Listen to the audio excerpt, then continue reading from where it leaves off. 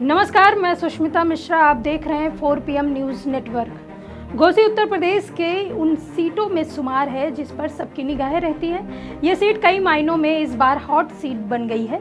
सपा ने इस बार राजीव राय को उम्मीदवार बनाया है। बीजेपी ने गठबंधन में यह सीट सुभाषपा को दी है। सुभाषपा के अध्यक्ष और योगी सरकार में मंत्री ओम प्रकाश राजभर के बेटे अरविंद राजभर गठबंधन के प्रत्याशी हैं।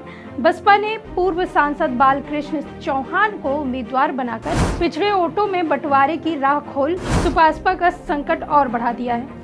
बालकृष्ण चौहान सन 1999 में बसपा के टिकट पर घोसी सांसद बने थे। 2004 में भी चौहान घोसी से बसपा के टिकट पर चुनाव लड़े थे, लेकिन उन्हें हार का सामना करना पड़ा था। फिर 2012 में अनुशासनहीनता के आरोप में चौहान को बसपा से निष्कासित कर दिया गया।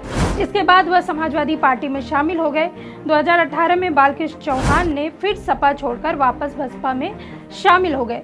2019 में वो सपा छोड़कर कांग्रेस में शामिल हुए और कांग्रेस के टिकट पर घोसी सीट से चुनाव लड़े, मगर उन्हें हार का सामना करना पड़ा।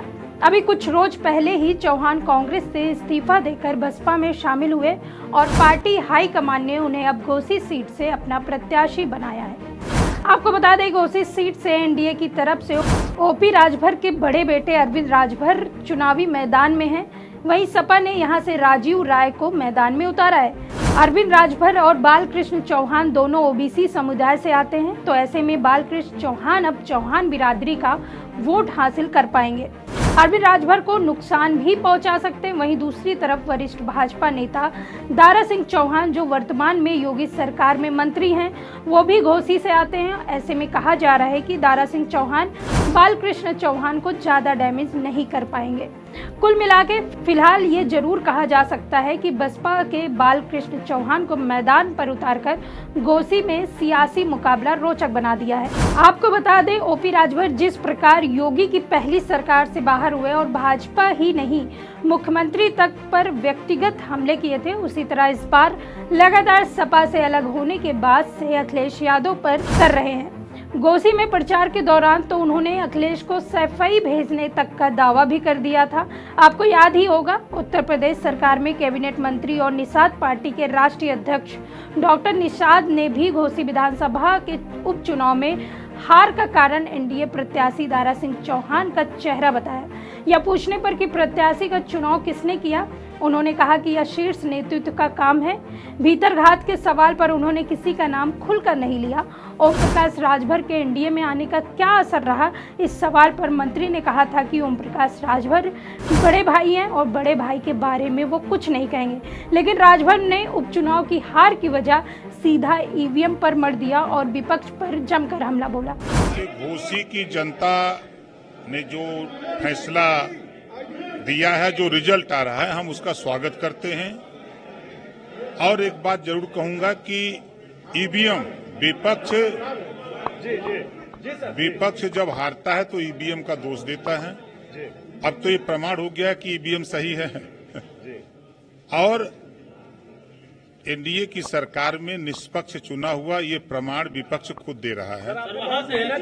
लगातार आप जमे रहे वहाँ पर और जिस तरह से नतीजे आ रहे हैं उसमें समाजवादी पार्टी आप कर रहे थे। देखिए, जो कमी रह गई है उसको हम लोग अध्ययन करके उस कमी को दूर करने का प्रयास करके आगे 24 की लड़ाई मजबूती से लड़ेंगे। लोकसभा चुनाव घोसी में इस बार रोचक माना जा रहा है क्योंकि 3 दिग्गज सामने हैं और अब देखने वाली बात होगी कि अरविंद केजरीवाल, जो घोसी में जीत के लिए पहली दावेदारी करते हैं कि हम जीत जाएंगे, लेकिन आने वाले समय में देखने वाली बात होगी क्या वास्तव में घोसी में जो बसपा के उम्मीदवार हैं या सपा के उम्मीदवार हैं, किसको कितनी जीत मिलती है, ये तो आने वाला वक्त ही बताएगा। फिलहाल इस न्यूज़ के बारे में आपकी क्या राय है, कमेंट बॉक्स में जरूर बताएं। तब तक के लिए देखते रहिए 4 PM न्यूज़ नेटवर्क। मैं सुष्मिता, नमस्कार।